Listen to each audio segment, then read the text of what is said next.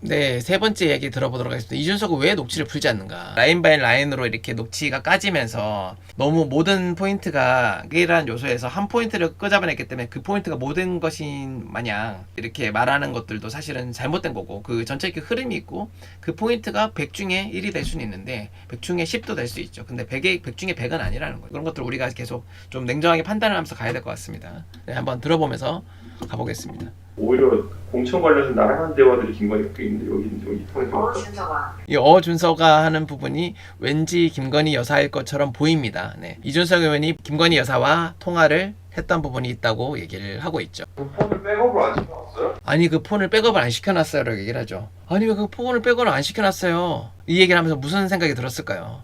지금까지 정황상에 이 박형관 기자는 무슨 생각이 들었을까요? 기사거리다. 이걸 어떻게든 얻어내야겠다. 이거 어떻게 이준석 의원이 폭로를 해야 된다. 뭐 지금까지 공천 개입도 다 알고 있다고 하는데 김건희 여사랑 녹취 파일도 있다고? 어떻게 생각했을까요? 기자로서. 백업을 안 시켜놨어요? 아니야, 내 거 원래 그 녹취되면 자동으로 구글 드라이브로 안 나가.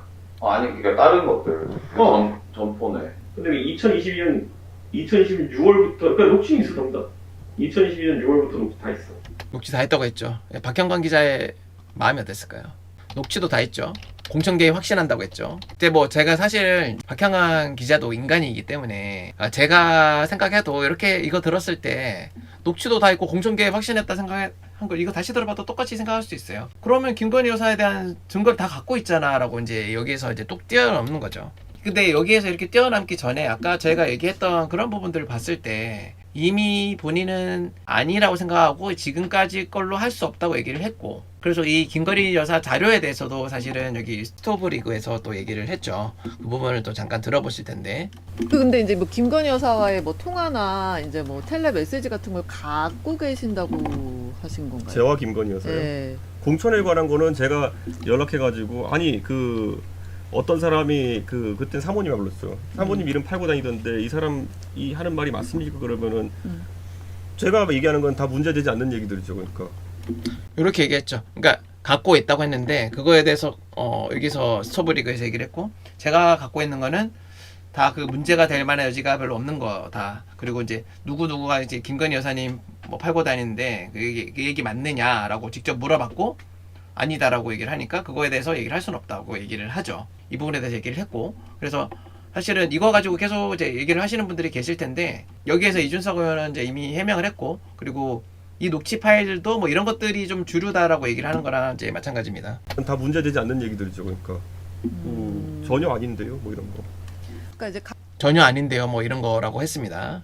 갖고 맞다고 한 경우도 있었어요? 없었어요. 그걸 누가 맞다 그러겠어요. 그런데 그래서 그다음에 우린 공천 뭐 마음대로 했죠. 우리가 그다음에는 그런 것들에 대해서. 그러니까 그런 게 없다고 하니까 공천 우리 마음대로 했다 이 얘기하고 있고요. 이제 갖고 계신 녹취나 어떤 메시지 같은 게 혹시 예를 들면은 김건희 여사를 좀 더 이렇게 김건희 여사가 진짜 잘못했네라는 거를 이제 갖고 계시면서 안 공개하시는 건지, 아니면은 쭉 봤는데 뭐 이렇게 결정적인 뭐는 없는 건지, 그게 좀 궁금해가지고. 결정적인 게 없죠. 그러니까 제가 말하는 게 아까 말했듯이 이런 거 네, 결정적인 거 없다고 얘기했죠. 있어요. 자, 이건 여러 가지 시나리오 가능한 거예요.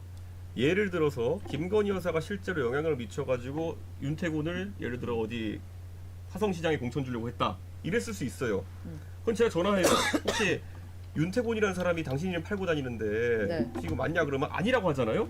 그럼 진실 규명할 수가 없죠. 사실 맞았을 수도 있어요. 근데 왜냐, 저는 이미 윤태곤을 잘랐거든요. 그 다음에. 네네네.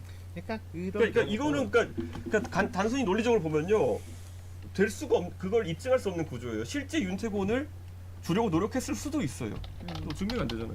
그냥 보통 김윤 여사가 그랬다는 게 아니라 통상적으로 이름 파는 사람은 네.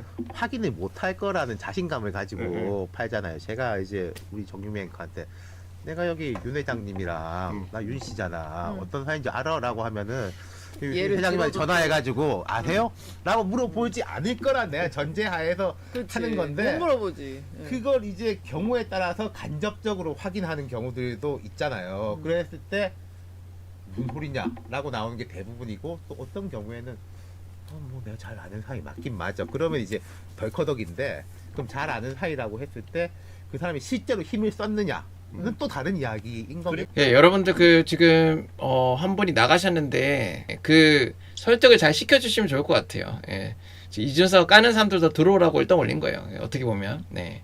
근데 뭐 이 사람들이 다른 생각을 갖고 있을 수 있는 우리는 기회를 갖고 있어야 됩니다. 그래서 이 다른 분들이 들어오실 때 설명을 잘 해주세요. 예. 그 사람을 너무 호도하지 마시고 일단은 그 프레임에 갇혀 있지 않습니까? 그쪽에서 펼쳐나가는 논리에 갇혀 있는데 그 논리에서 오류가 많이 있고 그 논리가 많은 여러 가지 여기저기서 나오는 팩트, 그 일련의 논리적인 팩트가 아닌 여기저기서 나오는 팩트 아니면 했던 얘기 이런 것들을 끄잡아서 이렇게 가는 거잖아요. 그런 부분들을 여러분들이 친절하게 알려주시길 바랍니다. 우리는 이제 한 명이라도 조금 더 올바른 생각을 갖고 있는 사람들이 좀 더 많아져야 되잖아요. 예, 우리끼리 막 이야기하고 하하호 한다고 당이 커지지 않는다고 저는 생각합니다. 네, 그래서 방금 얘기한 것처럼 뭐 다 가지고 있지만 이걸로 입증할 수 없고 이거에서는 증거가 없다고 얘기를 했습니다.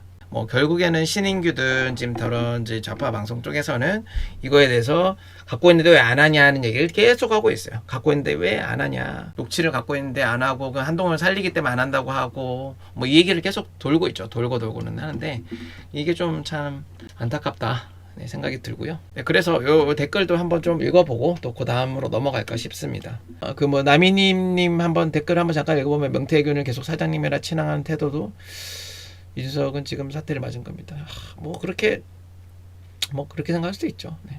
녹취 음성을 듣기 힘들었는데 풀어주시니 고맙습니다. 감사합니다. 네. 박형강 기자가 왜 돌아섰을까? 라는 생각을 하시는 분들이 있네요. 뭐 돌아선 이유가 있겠죠. 이거에 대해서 이제 신뢰가 안 됐겠죠. 예. 왜 돌아섰을까? 저도 궁금해요. 근데 그 신인규는 왜 돌아섰을까? 이런 것도 궁금하고요. 이 민낯이 있었기 때문에 민낯을 보니 여기 이 정치인은 아니다. 역시 정치하는 사람이다 하고 돌아섰을 수도 있죠. 그렇게 생각을 하고 그게 진짜건 아니건 간에 그렇게 생각할 수 있는 상황은 나왔다 생각해요. 나의 개인적인 것과 연관됐을지 아니면 사회적인 것과 연관됐을지 모르겠지만 그런 생각할 수 있습니다. 근데 뭐 때문인지는 알아야 알죠. 편소 이준석은 주변 사람과 소통을 안 하기 때문에 김철근, 김영남, 이규인 당시 화가 난 거예요. 윤석열이랑 뭐가 다른가요? 소통 부재. 소통 부재 때문이라고 얘기를 하시네요. 뭐 그럴 수도 있고요. 신인규는 니네가 깔 그런 분이 아니다라고 얘기하시구나. 뭐 이게 신인규는 너네가 깔 그런 분이 아니고 이준석도 깔 그런 분이 아닌 게 아닙니다. 네. 누구나 까야 되면 까고 말려야 말아야죠. 그러니까 안 까도 되는 사람은 없어요. 그러니까 오늘 제가 기사를 봤는데 이재석이 그럴 줄 알았다. 그를 봤는데 저는 이재석이 그래도 뭐 이 포인트 저 포인트를 조금 2024년 총선 요거에 대한 거는 신인규 방송 제가 아까 스트리밍 봤거든요. 어제 거. 네, 봤는데 여전히 지금 이준석 의원이 해명한 것들이나 설명한 것들 전혀 안 듣고 그냥 하고 싶은 말만 계속 하고 있더라. 네. 해명한 걸 듣고 거기에 반박을 해서 얘기를 하든지 차라리. 네.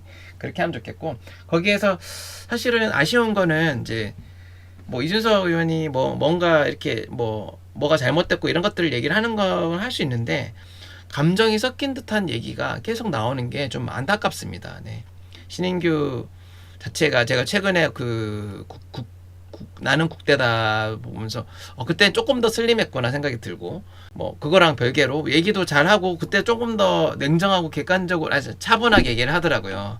신인규가 아마 조금 더 냉정하고 차분하게 얘기한다면 제가 조금 더 들릴 것 같아요. 근데 거기에서 이제 이 사람은 이런 사람이야 라는 잣대로 모든 걸 이렇게 쌓아오와서 이게 거짓말 못해서 제가 뭐 진짜 들려드리고 싶은데 여기 계신 분들한테 제가 들으면서 라인 바이 라인으로 제가 반박을 조금은 할 수 있는데 뭐 그런 것들을 봤을 때 신인규가 조금 말을 조금 정제돼서 하면은 좀 나을 것 같다. 예, 설득력이 조금 더 생길 거예요. 정제돼서만 해도. 남천동 이런 채널들이 얼마나 좀 수준이 낮다고 제가 보는 건 이유를 다 아시잖아요, 여러분들. 그런 의견을 나눌 수 있습니다만은 네, 품격 있게 좀 나누면 좋을 것 같고요. 여기 계신 저희 채널을 들어오시는 구독자분들이라면 좀 그런 품격을 좀 같이 갖춰주시면 좋을 것 같습니다. 네, 좋아요, 구독 부탁드립니다.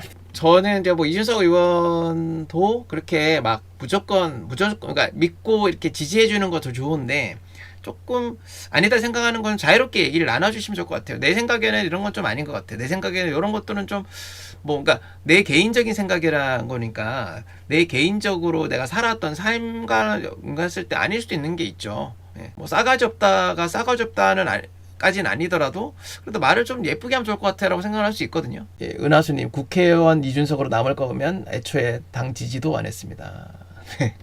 더 큰 정치인이 될 수 있다고 저도 생각합니다. 그 다음에 뭐 네 번째 얘기를 한번 넘어가 볼까요?